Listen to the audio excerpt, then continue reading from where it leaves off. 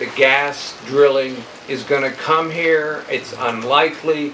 So it's serving as a metaphor for an underlying tension in the community. And if we could resolve that and become more friendly with one another and understand what is it we're really talking about, what difference are we really worried about between ourselves, I think it would serve us much better than to worry about a phantom that is not going to come, in my estimation, that I've heard about yet. Have you gotten any more recommendations for how to protect our water?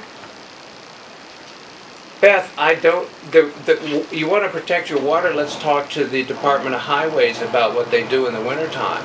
Let's talk about getting that sewer system at Snowshoe in the ground. Let's talk about failing septic systems. Let's talk about that kind of stuff. Those are real problems. I don't want gas drilling here. I just wouldn't want it ever, but I don't think it's going to come. And why are we arguing with each other? What is the tension between us that causes this hostility? Sometimes the people are not getting along. Now, what is it? Is it we just don't like each other? What really is the problem? If we could solve that, then how to deal with our future would be a lot easier. That's what I want to say about that.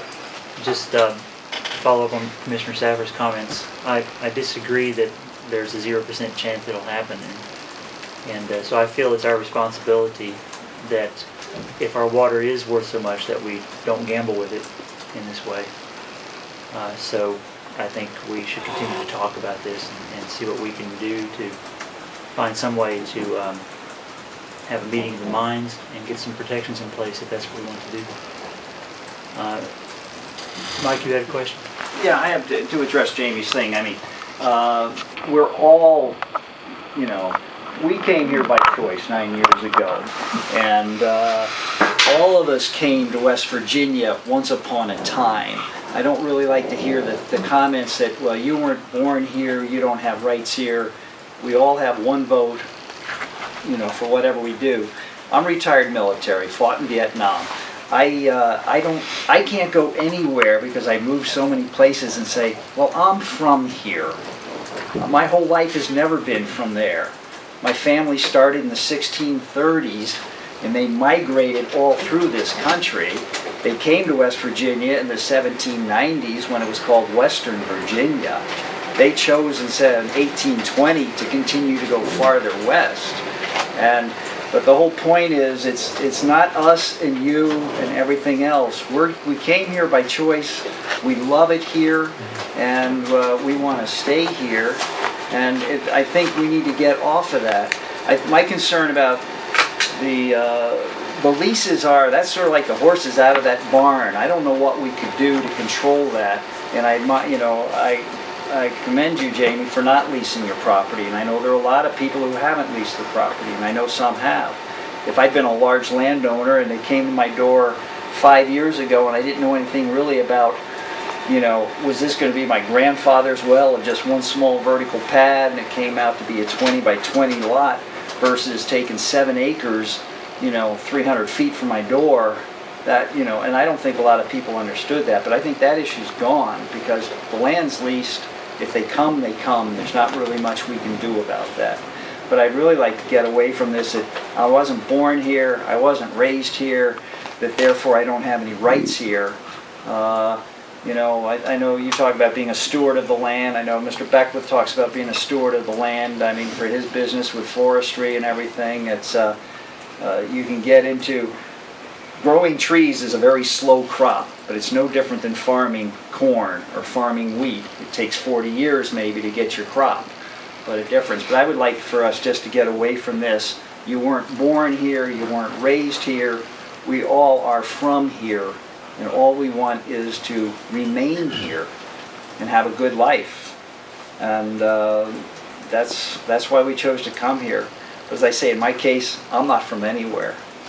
And so I've always felt like I was an outsider. But here, I feel more like an insider because we've made tremendous friends in a very short time period. And we love it here and we want to stay here. That's all I'd like to say. Thank you. I just want to touch on that.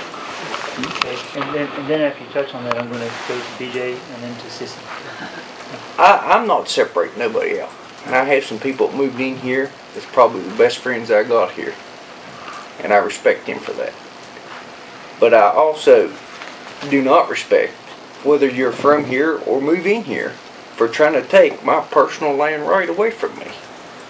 If I need that, it's mine. I bought it, I paid for it, I pay the taxes on it. And that's what I support. And from what I have gathered throughout the county, that's what all of our business owners here that's keeping this county going supports. I haven't had one single business owner come to me and not support adopting a resolution or a moratorium or an ordinance or zoning. This is definitely a great place to live. And the reason it's a great place is because we took care of it. The people, like Mr. Beckwith, Mr. Carter, some of them that's been here for years, own businesses here for years, their grandkids, their granddads. Them is the people that made Pocahontas County the way it is today. For me, for the people that moves in here, for the people that's lived here, regardless where you come from. That's why it is what it is. And I'm opposed at this point of taking any action to take that right from their property away from them. And I'm not separating nobody out.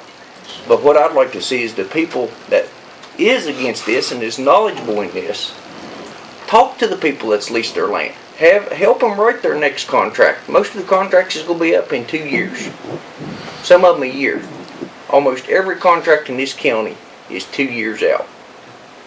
So, get with these people. Say, listen, this is what you need to put in there to protect us, to protect yourself, to protect the water. Don't tell them you cannot lease your land. You can't have that money because they need that money to live on. That's what they depend on. Especially the people that owns large amounts of land. It's a lot of money. If Mr. Beckwith wouldn't mind, how many acres, just roughly, do you have the right to lease? Or would you better not tell us? About 20,000. So $5,000 an acre, that's a pretty good chunk of money. That's all I'd like to say. BJ, Mr. Carpenter, I'll get you third. Well, thank you, because you hit on the problem before I stood up to say it. That's the problem. It's fighting between people who believe that they are from here and people who are made to feel that they're not. If we look back at our history, none of us are from here. In this spot, in this town, was the very first permanent English settlement west of the Alleghenies in 1749. None of us are from here. Those first settlers came here on purpose because they wanted to be here, and because of that, all of us now are here. And I'm one who, my family goes back a long time here, but I don't feel that I deserve any more right because I'm here, or that I have more of a say-so.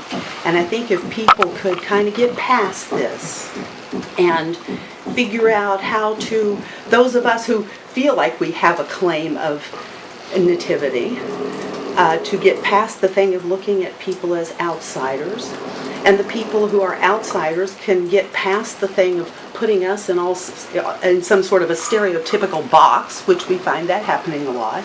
I think if we could get past this, that we could all work towards, we talk about stewarding the land, maybe we could steward our people.